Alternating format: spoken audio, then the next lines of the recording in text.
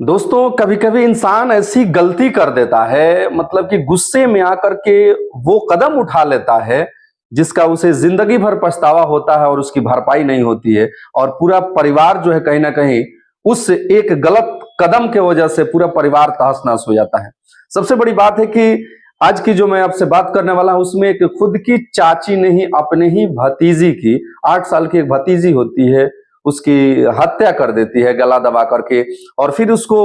अपने ही घर में छुपा करके रखती है लगभग 48 घंटे। फिर उसे बाहर जो है मक्के के खेत में फेंक देती है। और कहीं ना कहीं वो कोशिश करती है कि पता न चले। कहा जाता है कि इंसान चाहे कितना भी चतुराई करे कुछ भी करे और एक ना एक दिन सच्चाई सामने आ ही जाती है अगर सही तरीके से जांच किया जाए। कुछ ना कुछ ऐसे क्लू कुछ ऐसे सबूत छूट जाते हैं पीछे जिसके सहारे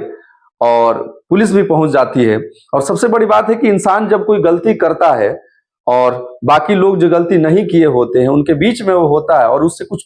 बातें पूछताछ या ऐसे ही जनरली बात होती है तो उसके हाव भाव जो होता है उसके बात करने का जो अंदाज होता है वो घबराहट और वो चेहरे से देख करके ही लग जाता है कहीं ना कहीं मतलब कि ये बंदा जो है गलत किया है कुछ। इसीलिए उसका कॉन्फिडेंस और उसके चेहरे का एक्सप्रेशन सब कुछ देख करके और अंदाजा लगभग ये बात का तय हो जाता है कि ये बंदा जो है कहीं ना कहीं दोषी है। आज का जो मामला जिसके बारे में हम लोग बात करने वाले हैं दरअसल वो किशनगंज से एक घटना आई है सामने कि एक चाची अपनी 8 साल की भतीजी की कैसे हत्या कर देती है और फिर उसके साथ शव को कैसे अपने ही घर के अलमीरा में छुपा करके रखती है और फिर इसका खुलासा कैसे होता है और आखिर वो हत्या क्यों करती है इसके बारे में हम लोग जानने की कोशिश करेंगे। नमस्कार आदाब, मैं हूं इफ्तिखार और आप देख रहे हैं क्राइम अपडेट इंडिया। दोस्तों आज की जो घटना है वो किशनगंज के कोढोबारी थाना लगता है और गांव लगता है दुर्गापुर। इसी के अंतर्गत ये घटना है 2 तारीख को। दोस्तों 2 तारीख को इसी गांव में दुर्गापुर गांव में एक मक्के के खेत में एक जो है बड़ी शव मिलता है जिसमें 8 साल की जो बच्ची होती है जो 2 दिन पहले गुम हुई रहती है, जिसकी खोज जो है पुलिस कहीं ना कहीं छापेमारी करके हर जगह से कर रही होती है और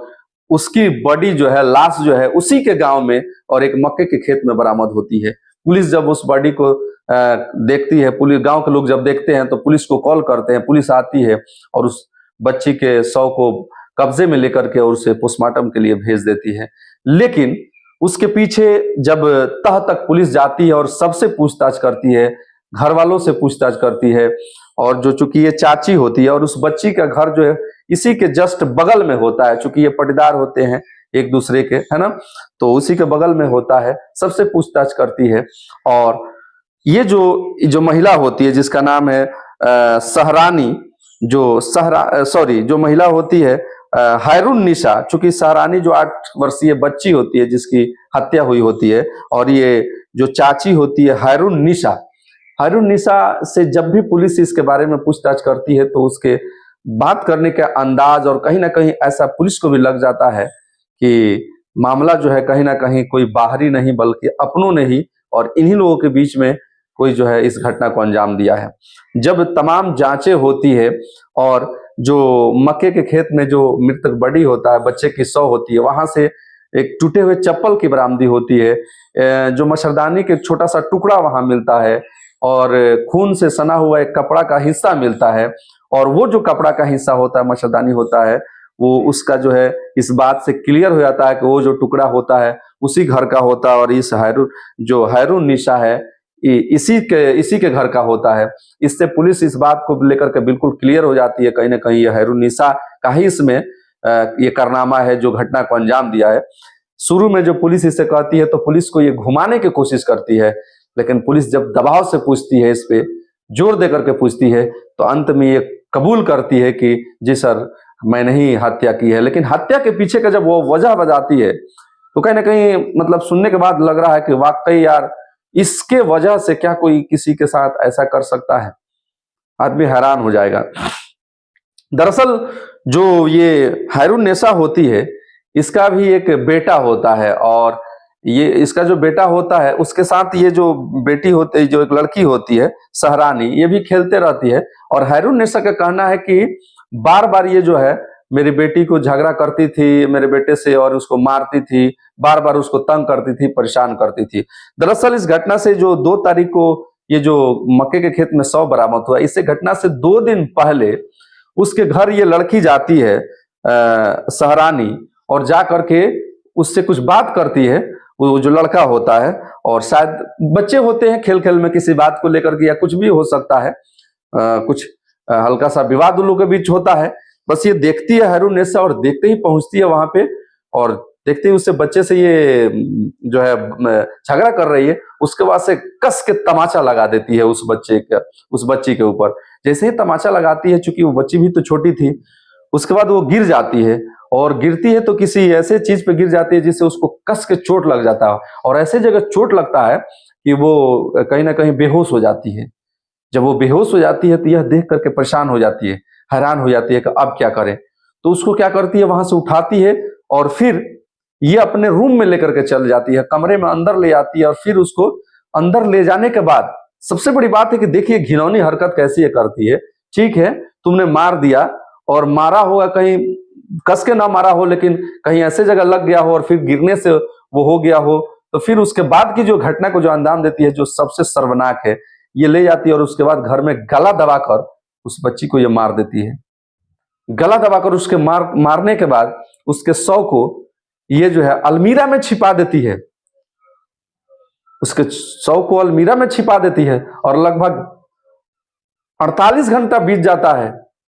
और इधर जो बच्ची के माता पिता होते हैं, जो लोग भी होते हैं, परेशान हो जाते हैं, और उस बच्ची को ढूंढा जाता है।